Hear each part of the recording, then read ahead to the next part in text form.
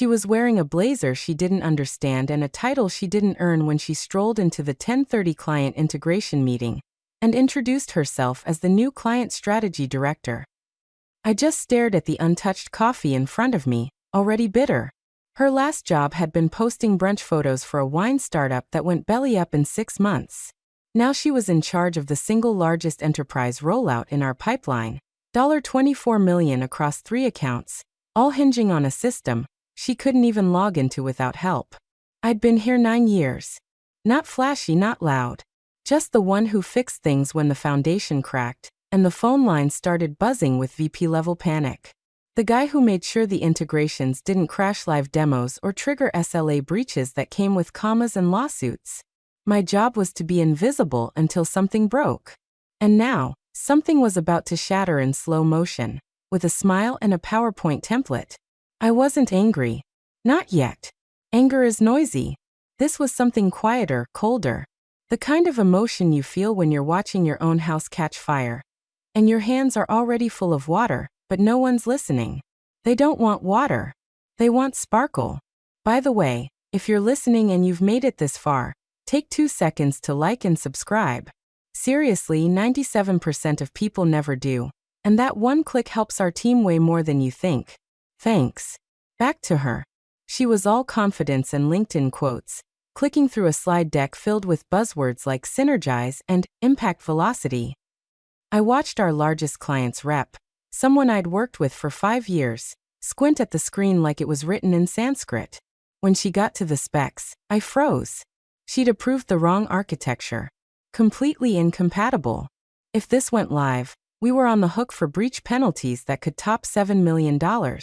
Not to mention the loss of trust that would come next. I raised my hand once. Those specs don't match what we scoped last quarter. She waved me off. That's been updated. My team and I reimagined the onboarding funnel to streamline user traction. Her team? That was Tyler from marketing and a freelance UX guy who lived in a van. Neither of them could spell compliance if you spotted them the vowels. I nodded. Quietly pulled up the old contract on my laptop, just in case.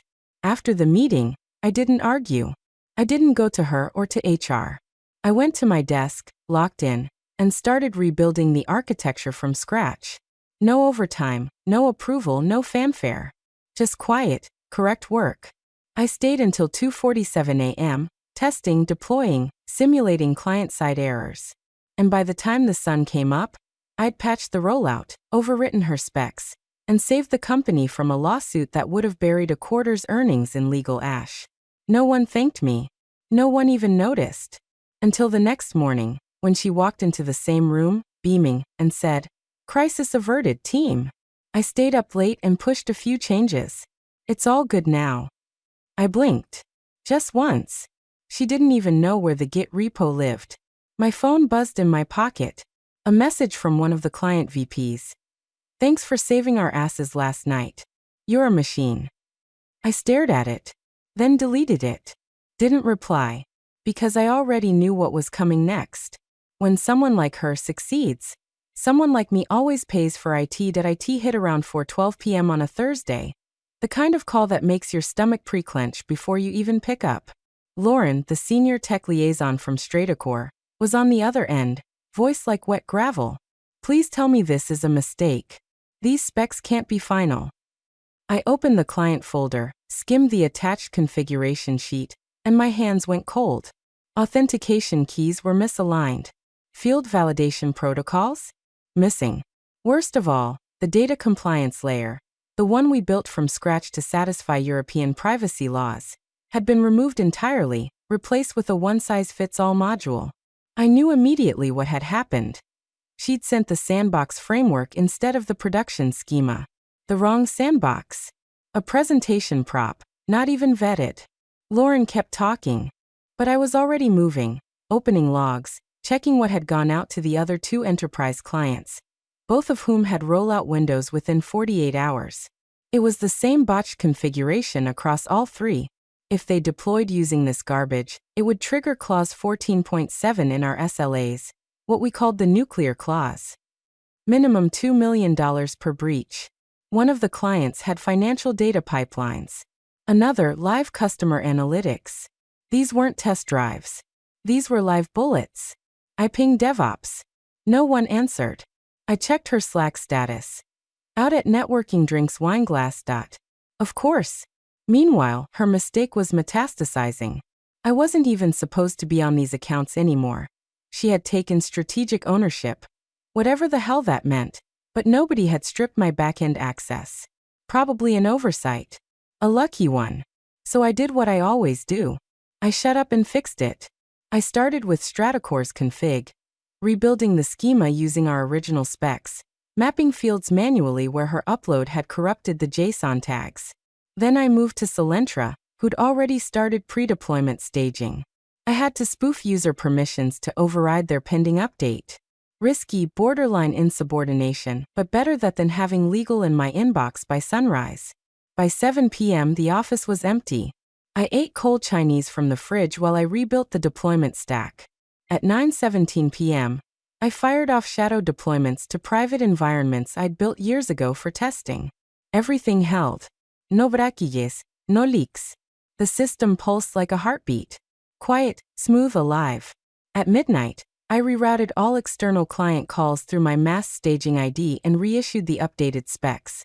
No names, no signatures, just clean code that worked. By 1:48 a.m., I was watching error logs flatline. Silence. Stability. I could have logged the changes. Could have written up a postmortem or dropped a line to someone in leadership. But I didn't. I knew better. Around here, the nail that sticks up doesn't get hammered down. It gets escorted out by security. And still for a moment, standing there in the low hum of server fans and fluorescent lights, I felt proud. I saved $7 million in 3 of our biggest contracts with nothing but muscle memory and spite. Then I remembered the last 5 words she'd said to me in that meeting. We've got it handled now. Right. Handled. I shut down the terminal, backed up my fixes to a cold drive, and walked out without turning off the lights. I didn't know what would happen next, but I knew it wouldn't be gratitude. She sauntered into the room like a damn parade float. That Friday morning, hair still smelling like whatever cocktail bar she'd stumbled out of, all smiles and teeth. Crisis averted. Thanks to a little late-night elbow grease, she chirped, sliding into the seat I'd warmed with 9 years of sweat and uncredited save-the-company work. No mention of me. No mention of the systems that were magically stable after her train wreck. Just a casual flex about rallying the team and putting out fires like a boss. Everyone clapped. Not hard. Not long. But they clapped. Like seals at a dinner show, trained to applaud noise and ignore the diver bleeding in the tank. I said nothing. Not even a flinch. Just sat there with the neat stack of field test logs in my lap, every single fix time-stamped under my credentials. Every single one. Didn't even bother to show them. What was the point? They didn't want truth. They wanted optics. And she looked great in a headline. By 2:11 p.m., I got the calendar invite. HR check-in room 5B. 15 minutes. No subject. No details. Just that familiar cold formatting you only get when they're about to put a bullet in your badge. Lisa from HR was already waiting. Not smiling. Not cruel. Just robotic, like this was her 4th firing before lunch, and she had a hot yoga class to hit. She slid a paper across the table, like it was a receipt. Due to recent disruptions in team hierarchy and multiple reports of workflow interference, your employment is being terminated, effective immediately. I read it twice. No mention of the saved accounts. No hint of gratitude for stopping a $7 million fire. Just vague phrases like cultural misalignment and team cohesion concerns. My voice didn't even crack. So, saving the company was too disruptive? She didn't blink. We're not here to debate the decision. Right, I said and folded the paper neatly, like I was pocketing a parking ticket. Can I at least finish closing out the active client calls? She shook her head. Security will accompany you to collect your belongings. Of course they would. Back at my desk, the place already looked unfamiliar. Same plants, same screensaver, but off, like walking into your childhood home after someone else redecorated. A security guy in a tight polo hovered 6 feet back as I slid my USB stick into the back port. I copied nothing. I just wiped one personal folder. A single .txt file labeled exit plan. Don't use unless screwed. .txt. Didn't need it anymore. I packed 2 mugs, a photo of my dog, and a half-dead succulent I always meant to repot. My screens blinked once before going dark. Then I was walking. No farewell Slack post. No we'll miss you email thread. Just the echo of my own footsteps and a plastic box filled with silence. Outside, the sun was too bright.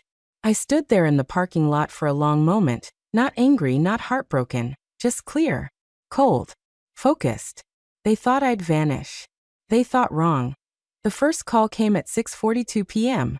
I was halfway through a gas station sandwich, sitting in my car with the windows down, trying to remember how to breathe like a normal human. Caller ID said Bill M. Stratacor. I stared at the screen for a second, then hit accept. Tell me it's not true, Bill barked, skipping pleasantries. They didn't just can the guy who saved our entire rollout, did they? I didn't say yes. Didn't say no either. Just exhaled slowly and let the silence answer for me. A beat. They're out of their damn minds, he said. We've been working with you for what, 6 years? You held our pipeline together with duct tape and miracles when we migrated to Tier 4. And now I'm supposed to trust some PR intern with a clipboard and a buzzword addiction. I still didn't vent. Just listened. My hands were steady. I think that surprised me more than anything. Look, he said, voice lowering. Off the record. If you weren't there anymore, hypothetically, and I wanted to keep our systems running with someone who knows them inside out, would you even consider working with us again? I felt something shift in my chest. Not excitement. Not revenge. Just ignition. I'd consider it, I said carefully. But I'd need to do it clean. No overlap. No conflict. Good, he said. Because if you don't call me next week, I'm calling you. He hung up. I hadn't even finished processing that when the second call came in. Linda from Solentra. Then came Derek from West Point. Then Melanie from Nexera. All in the same hour. Each one more pissed off than the last. Each one wanting one thing. Assurance that I could keep their systems alive without the circus act now in charge. I told them all the same thing. I wasn't starting anything yet. But I'd listen. I'd think. I'd keep things ethical above board. That seemed to matter to them. Like they were waiting for someone who still understood the difference between leverage and loyalty. By 8:11 p.m., I was in a diner off I-76, sitting in a booth with a legal pad and a napkin, sketching out what a one-man transition firm might look like. It didn't have to be flashy. Just clean. Just competent. A temporary consultancy, maybe. No contracts yet. No names. Just a bridge they could trust while the ship they were on started taking water. I ordered coffee. Started mapping out timelines. By the time the waitress brought the refill, I had a name, 3 service tiers, and a list of 11 clients I could call Monday without even looking up their back-end configurations. I'd built their roadmaps, their contingency flows, their billing protocols. Not the niece. Not the branding task force. Me. And I wasn't angry anymore. I was operational. By Saturday morning, the rumors had mutated into something close to gospel. My inbox, still tied to a few legacy accounts, was a quiet mess of CC'd chaos. Subject lines like, need clarification on continuity, and is Michael still point of contact? Kept pinging my phone every few minutes. I didn't reply. Didn't need to. The signals were clear. The blood was in the water. Some of the clients I hadn't even worked with in a year were now reaching out directly through LinkedIn, my personal email, even an old Gmail I'd used for a fantasy football league. They weren't angry anymore. They were concerned. Strategic partnerships don't like instability, and nothing says instability like firing the guy who built your compliance architecture because he made your niece look like an amateur. Which, to be fair, she was. By 2 p.m., 27 different clients had either paused their renewals or outright demanded renegotiations. I wasn't tracking them actively. It was more like watching leaves fall. Quiet. Predictable. I just kept collecting the calls. That evening, I went into my garage, pulled out an old file box marked LLC, do not open unless you're done, and dusted it off. Inside, incorporation documents, EIN forms, A template service agreement I'd written 4 years ago in a moment of late-night burnout and half-joking foresight. I scanned them in, updated the address, and filed activation with the state. $45 and a digital signature later, Northbridge Consulting Solutions was alive. No fanfare. Just function. I spent the rest of the night building a simple landing page, nothing fancy, just a clean promise. Legacy system continuity for enterprise clients in transition. I didn't name names. I didn't pitch anyone directly. But I sent out 7 exploratory proposals before midnight. Each one tailored. Each one clean. Not one violated my NDA. Because I didn't need to breach anything. I wasn't offering trade secrets. I was offering trust. Sunday morning, 9:03 a.m., my phone buzzed with a call I'd been expecting. Gavin, the chief commercial officer from my former employer. Voice tight.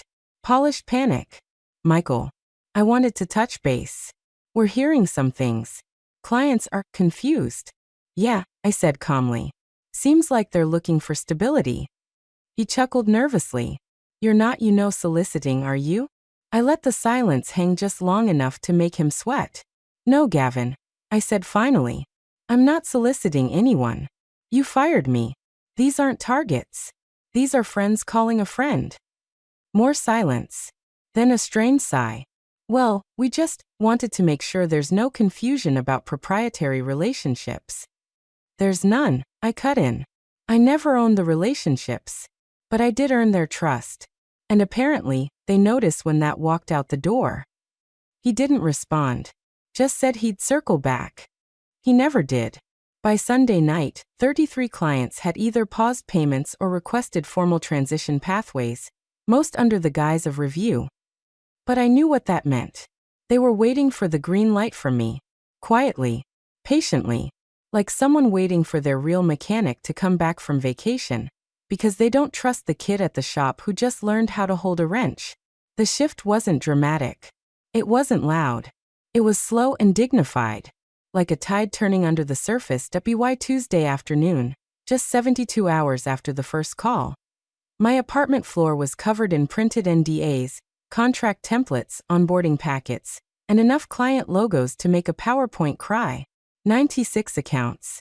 Some were tiny, just annual audits and occasional support calls. But others? Tier 1. Full-scale architecture, compliance tracking, quarterly roadmap reviews. Together, those clients accounted for over 38% of the company's total recurring revenue. And now they were mine. Or rather, mine to serve, on my terms, under my umbrella. No interference, no bureaucracy, no niece with Canva slides pretending to understand enterprise-grade infrastructure. I didn't advertise. Didn't tweet. Didn't leak a thing. I just listened when they called, answered with confidence, and followed up with clarity. I gave them onboarding options. Some would come directly under my firm. Others preferred a partner network I'd quietly cultivated over the years. Trusted engineers, analysts, and compliance officers, many of them former colleagues, some of them recently fed up with the same bullshit that pushed me out. I sent proposals, got approvals, and signed agreements, e-signature after e-signature arriving like clockwork. There were no fireworks. No gloating. Just the low thrum of momentum turning into inevitability. At 3:17 p.m., I got the first screenshot from a friend still inside. Internal Slack thread. Top execs. The CFO had posted a message in all caps. Why are Q1 retention metrics collapsing across enterprise segments? Someone responded. 96 clients in 72 hours. Confirmed movement toward third-party consultancy. Some NDAs match his LLC. Then another. He had backdoor access to every contract. Who signed off on that termination? And finally, from the CMO. The niece said he was redundant. That one made me sit back and laugh. Not loud, not cruel. Just that quiet, breathless laugh you do when the math finally comes full circle. Redundant. I'd been called worse. But 38% of the company's income didn't seem to agree. Other leaks followed. A hastily scheduled all-hands meeting ended with more questions than answers. The CEO pushed a message about rebuilding trust and agility. But sources told me the room felt like a funeral. No one dared mention my name out loud. but I saw the subtext ripple through the spreadsheets. Key account notes now marked escalated, risk, or worse, blank entirely.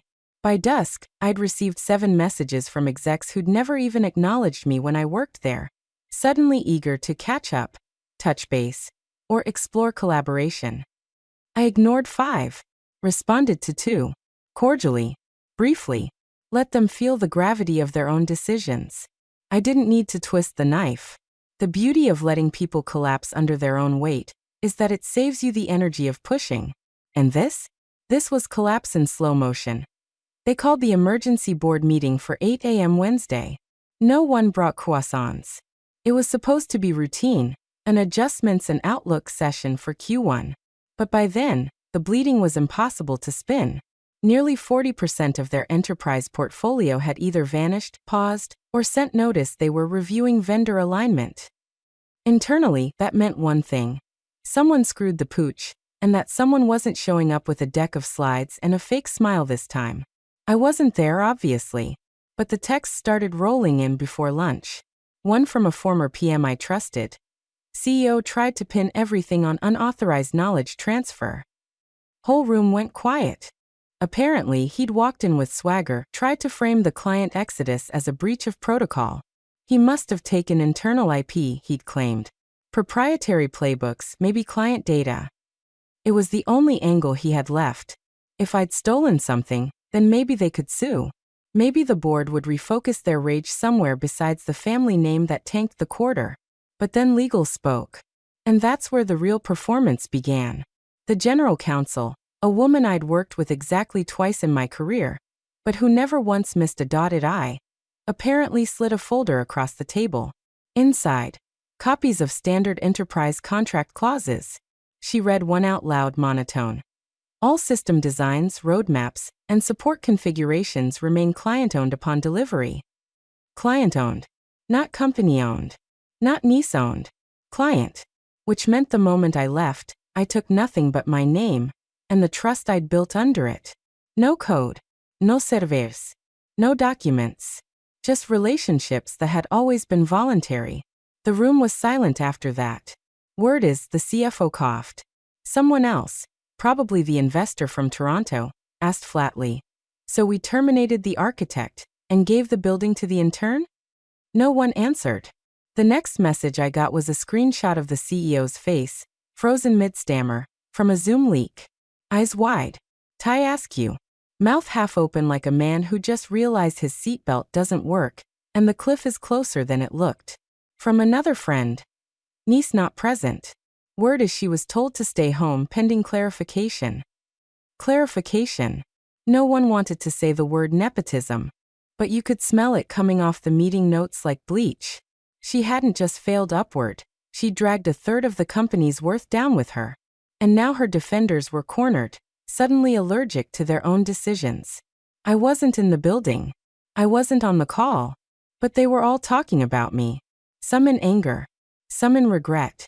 Some with that quiet terror that comes when you realize the redundant guy was the one holding the whole goddamn spine together.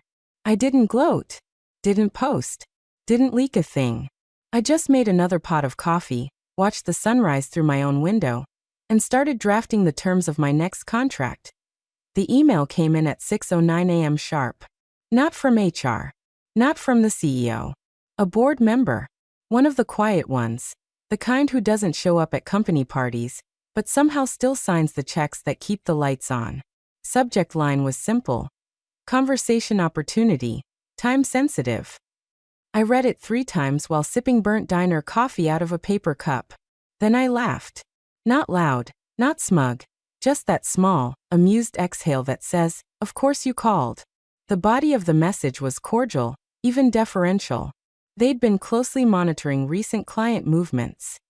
Understood the unique value I'd provided, and were prepared to discuss restorative partnership options. I knew corporate damage control when I saw it, but the key phrase was buried at the bottom. The board is authorized to extend a 7-figure reentry bonus, contingent on your return to full-time leadership. Leadership. Cute. At 8:30, I took the call. Voice on the other end was smooth, expensive, cautious. He offered flattery first, how the company's reputation had been built, in large part, on the stability I'd engineered. Then came the vision talk. They needed me back to stabilize client confidence and rebuild enterprise momentum. It all sounded so noble, like they hadn't buried me in silence 3 days ago. I let him talk. When he finally stopped, I asked one question. Will she still be there? The pause was everything. Well, she's been reassigned during the transition phase. Then I'm not returning, I said flatly. Not as an employee. Not under anyone's thumb. But I will offer something better. Another pause. I'm listening. I laid it out clean. Consulting retainer month to month. For times my previous salary. No cap on billable hours. Payment up front non-negotiable. I'd oversee the retransition of the 96 accounts, if they wanted back in, and review their architecture for long-term stability. But I wouldn't be on site. Wouldn't attend team meetings. Wouldn't answer to anyone internally. And most importantly, I wrote in a clause. A single line. At no point shall the individual formerly titled Client Strategy Director have oversight, access, or involvement in any system, process, communication, or decision within the consultant's scope of work. Call it petty. I called it insulation. He didn't even hesitate. We'll send the contract within the hour. They signed it before end of day. I didn't celebrate. Didn't open champagne. Just watched the agreement hit my inbox, thumbed through the PDFs, and saved them to a fresh drive labeled Presiding Terms. I wasn't going back. I wasn't rebuilding for them. I was managing them. From above. From a clean distance. On my time, with my price, and without their leash. And if they wanted to survive what came next, they'd stay the hell out of my way. The conference room smelled like new carpet and desperation. Polished glass, filtered water. Chairs that cost more than my first car. At the head of the table, a white-gloved auditor from Halberd Compliance Consulting clicked her pen and looked to me. Ready when you are. I was. Had been for weeks. The revised system sat on a private server I'd built outside their environment. Clean, modular, scalable. Not flashy, but airtight. I walked her through every layer. Deployment scaffolding, dynamic config routes, rollback protocols. Each step backed by the same specs they once called outdated. The ones the niece had overwritten with buzzwords and bullet points. The ones that, had they gone live, would have triggered cascading SLA violations and cost their portfolio $200 million in compounded penalties over 2 years. She sat in the back of the room now. No slides. No blazer. No confidence. Just silence. Her eyes followed the screen like she was trying to recognize a language she'd only ever pretended to speak. I didn't look at her. I didn't need to. The distance between us wasn't just measured in chairs. It was carved from every decision she'd made that told the world her ego was more important than expertise. The auditor nodded. This is clean. Defensive architecture. Minimal latency. Compliant across 3 jurisdictions. One of the board members leaned in. Whispered, but not quietly enough. This is what she claimed to build. Another, without even turning his head, replied, he built it. She just fired the architect. No one responded. Not even the CEO. He was seated halfway down the table, fiddling with his pen, unable to meet my eyes. The same man who once praised me in a hallway after a $12 million rollout for quiet excellence. The same man who let his niece torch that legacy to protect the family brand. Now he looked like he was waiting for a verdict in a language he didn't understand. The auditor signed off on the final page, stood, and shook my hand. If every system was this clean, I'd be out of a job. I smiled. Just once. That's the idea. I packed up slowly. No rus. No noise. I could feel their eyes trailing me as I slid the laptop into my case and clicked the clasp shut. Then I paused at the door, looked once, not at her, not at him, but at the logo etched into the glass wall. And I said it like I was reading the final line of a eulogy written in code they never bothered to learn. I fixed her $7 million mistake. Then I let her make a $200 million one all on her own. Then I walked out. And this time, I didn't leave anything behind.